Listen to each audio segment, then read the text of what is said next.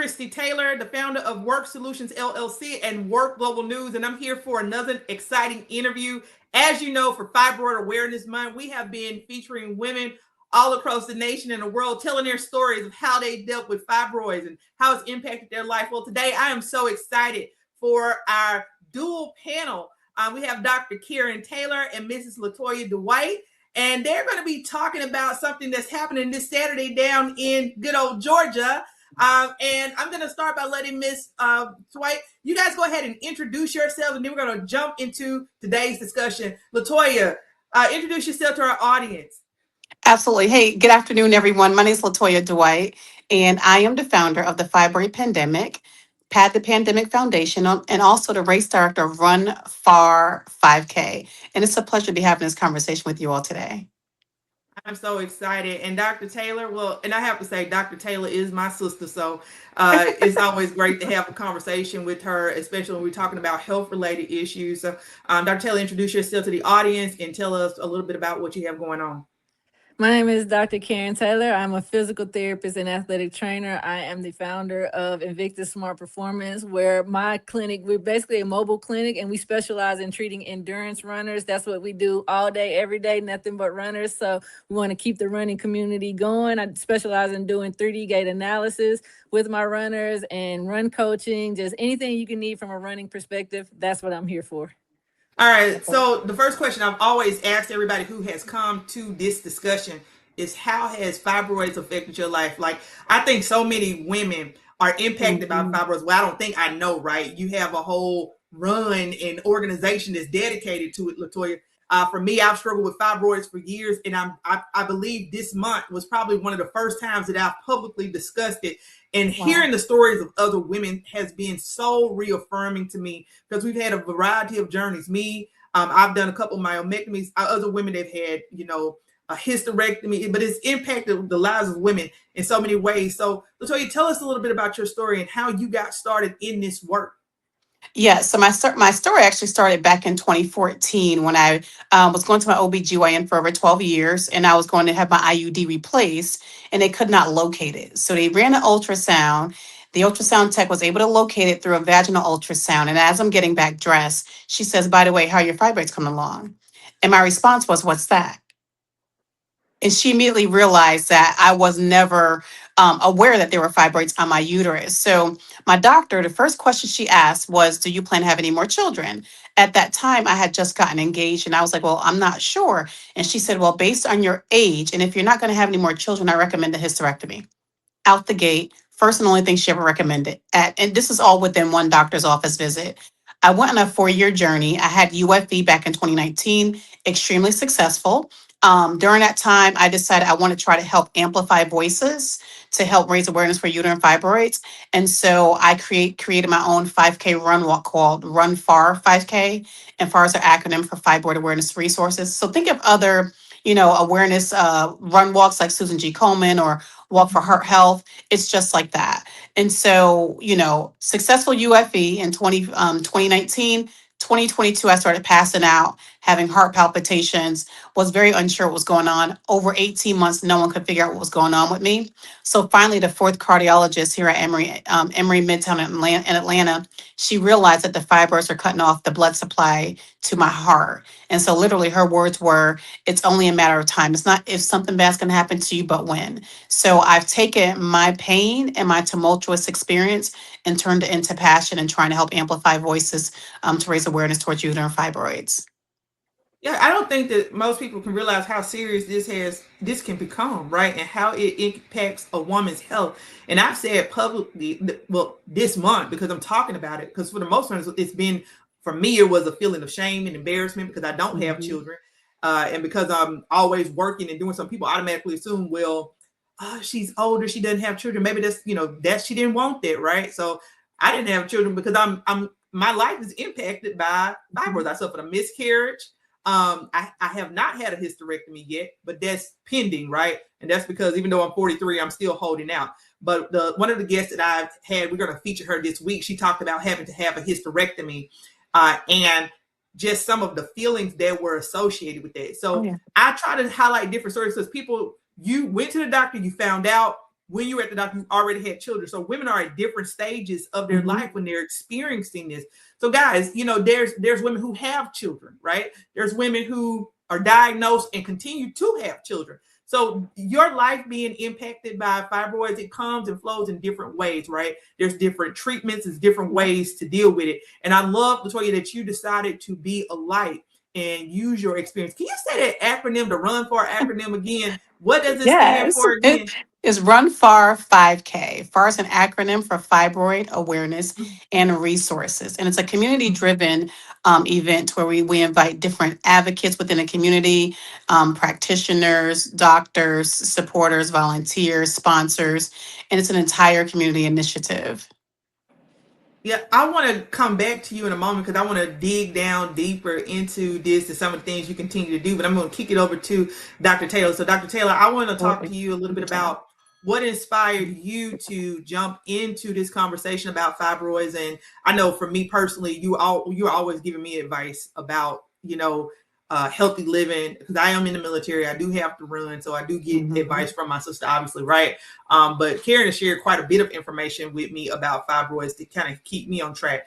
So Mhm. answering in that same response, Karen, in terms of like patients that you may be dealing with or folks that you come across that and how what inspired you to get involved in this 5K? I mean, from my perspective, when you're working with runners, especially with women, you're dealing with women at every level, right? You're dealing with women who are pregnant. You're dealing with people who are postpartum. You're dealing with women who have fibroids. You're dealing with women who are going through menopause. There are so many levels to this that you have to understand if you're going to be training endurance runners and knowing where they are in their health journey as we get them running or keep them running, right?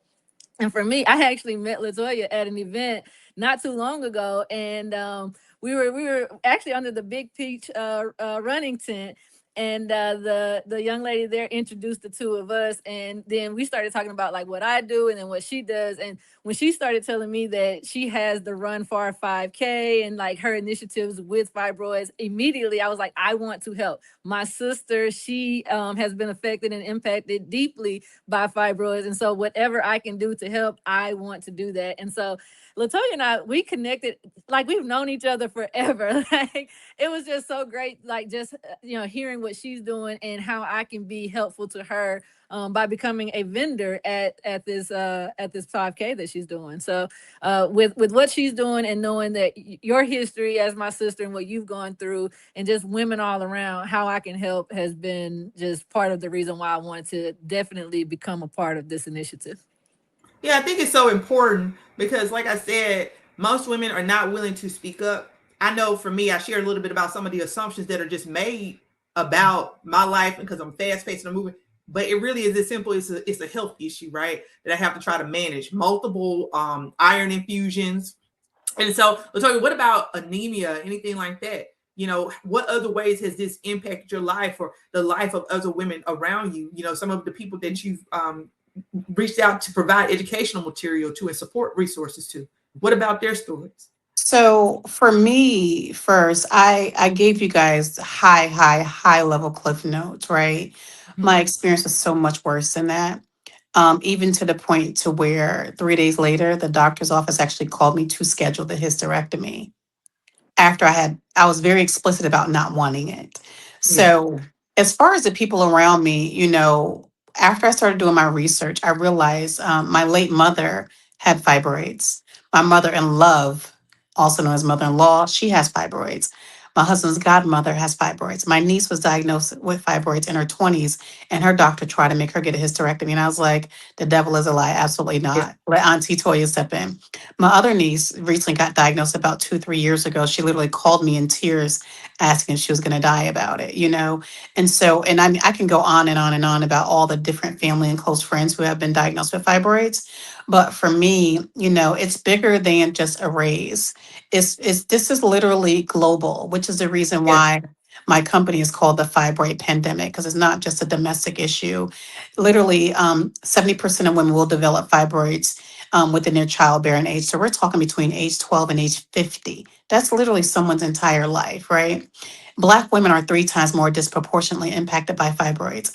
As a Black woman, I am one of the contributors of the largest group of consumers in the globe. Black women are some of the fastest growing CEOs. Black women are some of the fastest growing degree earners. So, as a Black woman, it will be behooving of me not to try to help raise awareness and to help advocate for her, for my sister, to be able to get the resources and information that she needs. So, this really, I can literally talk about this all day, every day. Mhm. At the end of the day, I want to make sure that women are equipped with the information that they need to make a decision that they feel is in their best interest. A lot of people will say, don't have a myomectomy, don't have a hysterectomy, don't do this, don't do that.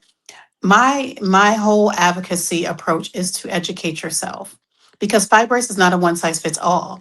If you feel that a myomectomy is best for you, I also had a myomectomy.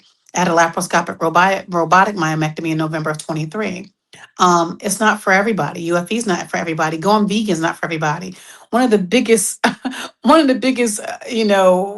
things about fibroids is people will tell you unpopular things about fibroids. People say, well, go vegan. Veganism does not cure fibroids. And I will go up against anybody about that. It does not cure fibroids. I actually know women who have been vegan all their lives and they still develop fibroids.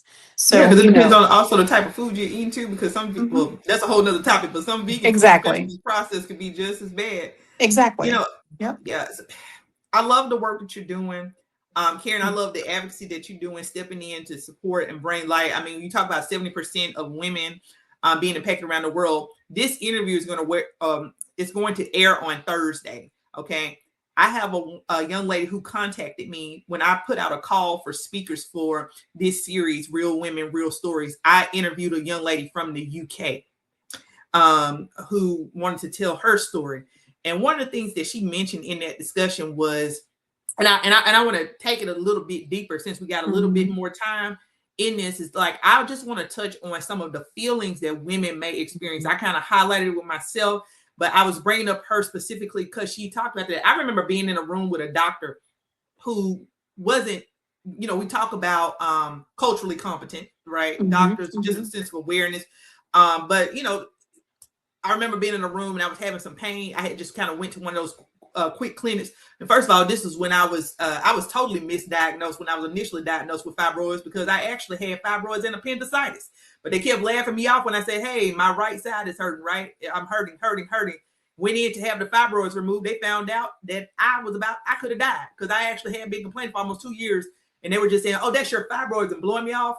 And I remember Mhm. one day I went to one of these doctors, and the doctor was like, he thought he was addressing fibroids, but actually it was the appendicitis. But anyway, he thought he was addressing fibroids. And I remember him looking at me. He was like, is that still your uterus?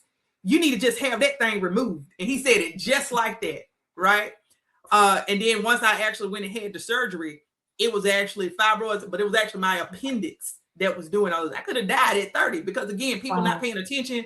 And sometimes I even feel guilty myself for not advocating. But what she spoke about was some of the feelings of guilt, because in her case, she never had children, right? In my case, I always felt like, man, I wouldn't have had a miscarriage had I just had that surgery early enough, right? Because I really Mhm. didn't move to have surgery until I found out I was pregnant. I had the miscarriage.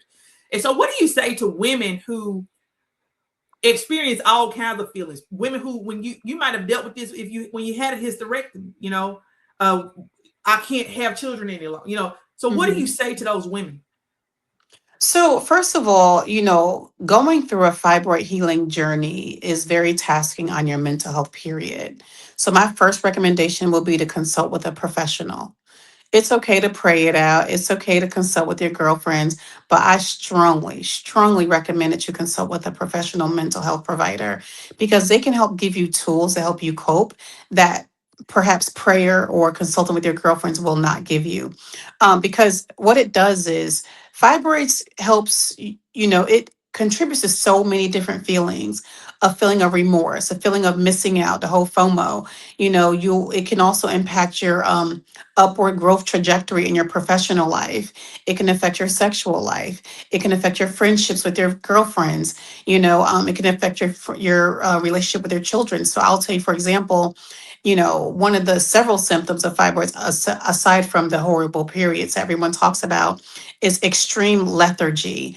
I used to be so exhausted to where I would get off of work and all I could do was just go straight to bed.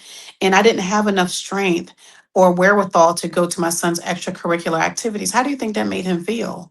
Right? I mean, even having the physical pain during intercourse with my husband, it wasn't one of those, oh, that kind of feels okay, a little bit hurt, but no. This was horrible. I, hands down, completely did not enjoy it.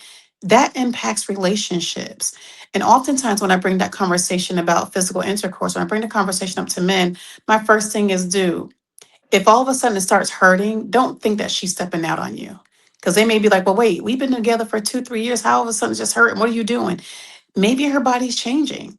Maybe she's dealing with body dysmorphia because of the fibroid. I know I did.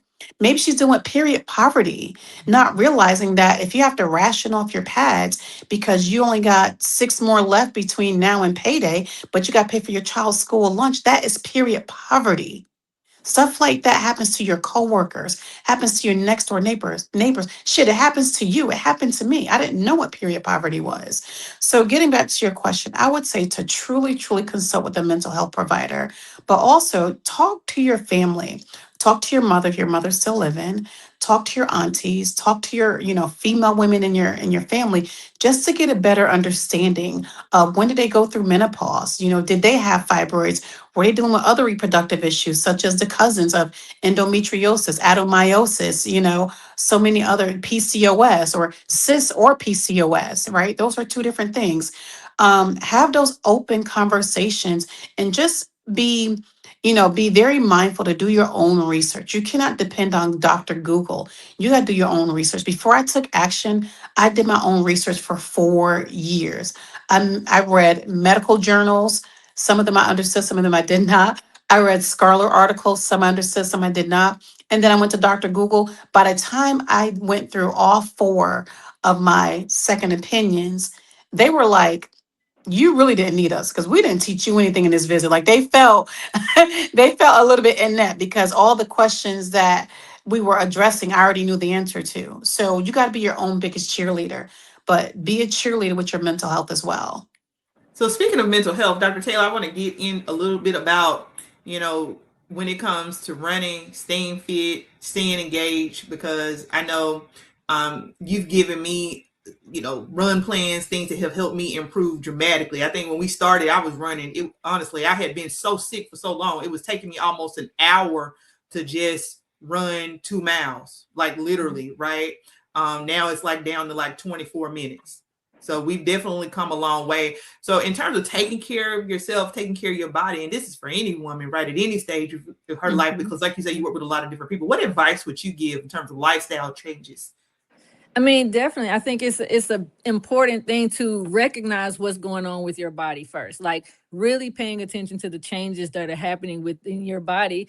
Because I have a lot of people, and for me, fibroids is just like it's no different than you coming to me and you had an ankle sprain, right? Like you want to get back to running. If you tell a runner not to run, then you've lost that runner. You have to find ways about it. And so for me, it's important to have people all around me. Like I know LaToya and I have spoken about, do you know a gynecologist, or do you know a mental health person? Do you have all these resources around you so that if you catch things starting to change, you have somewhere to refer these people to, right? Like when I have younger girls, and I mean these young ladies, they're getting their cycles earlier and earlier, right? 8, 9 years old, and then they're going into sport, being able to understand like what they have going on there, because that is how we impact your ability to maintain your running level, right?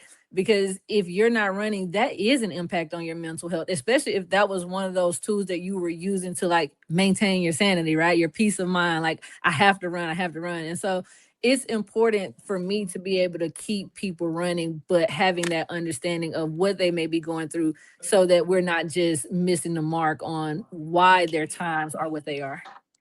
All right, ladies, we are down to the final 2 questions for this interview.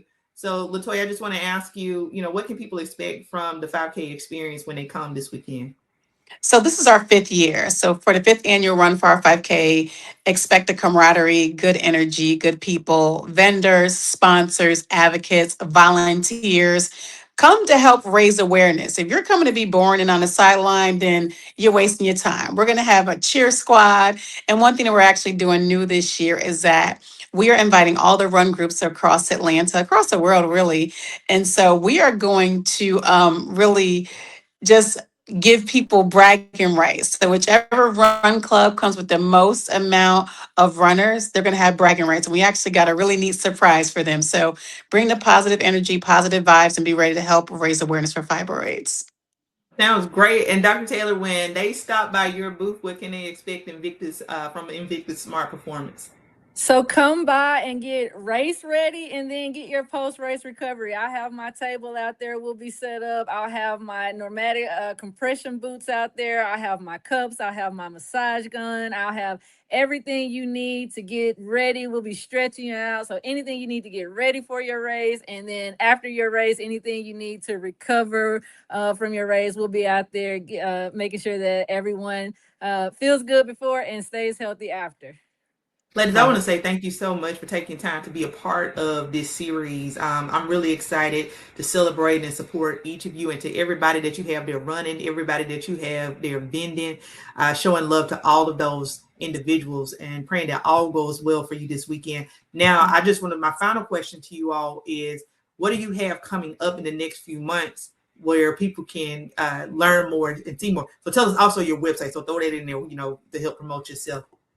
Yeah, so for my website, you can log on to thefibroidpandemic.com. My nonprofit is called padthepandemic.org. You can also log online to runfar5k.com.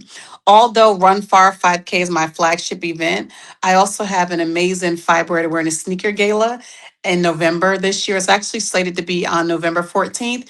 It's actually a formal affair, dressed in any type of shade of green. And we have a sister circle there where women share their stories. We have doctors, advocates, and this is just another way to help raise awareness, and it's also a fundraiser. So that's happening on Saturday, November 14th at the Gathering Spot here in Atlanta. Oh, wow. Sounds fantastic. And what about you, Dr. Taylor? You can definitely go to my website, invictussmartperformance.com. I am on Instagram, Dr. Karen J. Taylor. Also, my business Instagram, invictus.smartpt. I'm looking forward to this event that we have going on Saturday. I've got some things coming up in our local run store where I'll be set up and doing 3D gait analysis all day. But if you're not local, but you still want a gait analysis, definitely go to my website. You can sign up to have a 2D gait analysis, and I can help you with some gait retraining, some run coaching. If you've got some injuries going on, I can take a look at that. And again, my goal is to keep people running. Like I said, if you go to the doctor and you tell them you've got X, Y, and Z going on, a lot of times they'll say, well, if it hurts, don't do it. My goal is to allow you to do it, keep you running. Well, there you have it. We have featured two fantastic women with some great things happening on Saturday with the Run for 5K for Fibroid Awareness Month. As you guys know, because I did not mention it at the start of this video, this is my platform for Dr. Maryland America, because I do compete in pageants. And so this month, my whole goal was to bring awareness to Fibroid Awareness Month. And I think that we have reached that goal. We've interviewed some outstanding women and I'm just so glad that these women are opening up, sharing their stories, and bringing more awareness to this issue. So again, thank you, ladies, for this interview today. Thank you for tuning in. And wherever you see this, whether it's today, tomorrow, 10 years from now, we hope that the information that was shared makes a difference in your life. Again, thank you. Have a great night. Thank you.